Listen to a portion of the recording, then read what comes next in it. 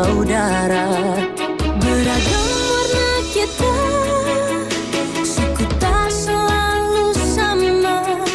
Kau aku Indonesia yang disatukan karena cinta.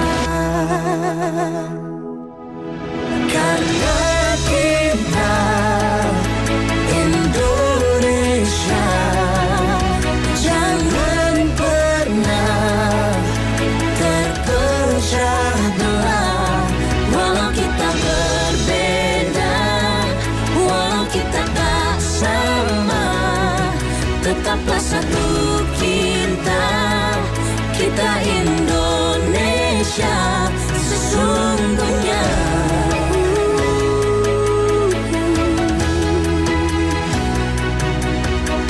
Kilauan samudra terbentang khatulistiwa.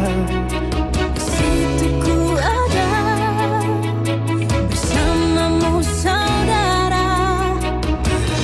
Warna kita, suku tak selalu sama. Kau aku Indonesia yang disatukan karena cinta.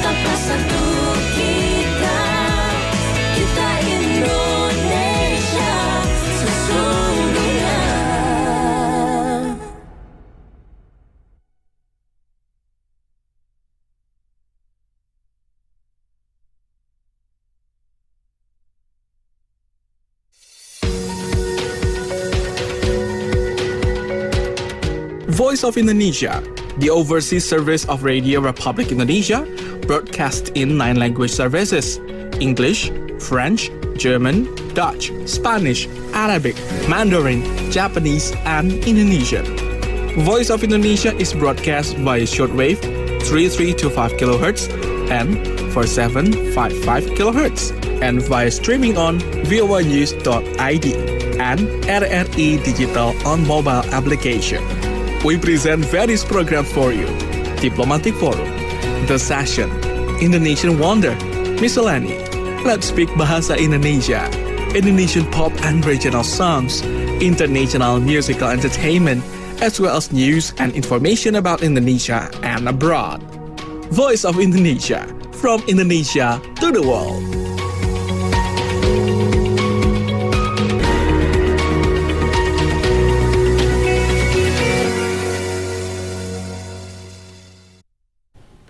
Voice of Indonesia, from Indonesia to the world. VOA listeners and viewers, on January 7th, 2026, Wednesday's memorandum states the United States administration is ceasing participating in and funding 35 non-United Nations organizations and 31 UN entities. So, why the U.S. makes this move and what's the impact for Indonesia? Let's find out more on today's VOA Talk with the International Relations Lecturer of Al-Azhar University in Indonesia, Mr. Wildan Faisal. Good morning, Pak Wildan. Morning. Thank you so much for joining us. Welcome. So, Pak Wildan, what are the reasons behind the U.S. withdrawal from the international organization? Okay. First of all, when we think about United States, we think about U.S. is a hegemonic state, hegemonic power in the world that created that rules after World War II and after 1945, And then US with the core values of ideas, they are running of United Nations, they are running World Bank, they are running EMF, Instrument Fund, and they are running for many international organization structure that aligns with the U.S. core value, U.S. national interest. But being hegemonic state like U.S. is expensive. It's very costly. So right now, I think in the Trump second administration, they think that become hegemonic is more expensive than before. So they try reorientation, how they see the world, how they see the United Nations, how they see the security architecture of this world. So US tend to try to reduce their scope of the power, only focus on economic aspect and the security aspect like that. So there are a lot cost of reduction like that. Okay, and I mentioned earlier about the international organization. Maybe you could elaborate more what international organizations that are heavily impacted by this decision and the impact for the world as well. Yeah, a lot of United Nations bodies heavily impacted with this Trump decision itself. Yeah. Mostly around like environmental issue like UNFCCC talking about climate and environment and like WHO talk about health human rights. Yeah, that I think the most two about the most heavily impact around these two bodies. I think before I think before like health issue very struggle to make like a global vaccine for pandemic issue before, and then also UNFCCC is very struggle to find solution to climate change in Africa and Latin America like that, and it's I think have more burden than before when United States taking all the funding from that body funding. Okay, and you think that this directive is actually in line with Donald Trump's promise in campaigning, which is to prioritize bilateral relations rather than multilateral relations? Yes, that's right. That's why the Trump like reorientation also there about the international trade. The Trump see international trade around with multilateral aspect is like wasting time, wasting money. He thinks like bilateral trade is much more efficient because you just engage with the one country to specialize the trade rules between country, and you doesn't need to compromise with the country itself like multilateral before. So for Trump it's costing time and costing money as well. Okay, besides saving funding, it also contrary with the United Nations national interest. Yeah, it's very contrary because a lot of UN bodies, a lot of international bodies like World Bank, EMF, UN is created with purpose to serve multilateral needs like that. To create those purpose, to create a better world for connect to each other like that. Not only to serve one or two countries, but to serve all the world like that. Okay, so it is already in line with his promise when campaigning, and he also withdraw from the Paris Climate Agreement, right? One day after taking the presidential oath. Okay, and when we talk about prioritizing bilateral relations, so what do you think about the impact on Indonesia? Okay. Like we heard before, Indonesia most heavily impact when the trade tariff Trump's issue for Indonesia. I think 32% and decrease. Not so much decrease, but it's still issues for us like that.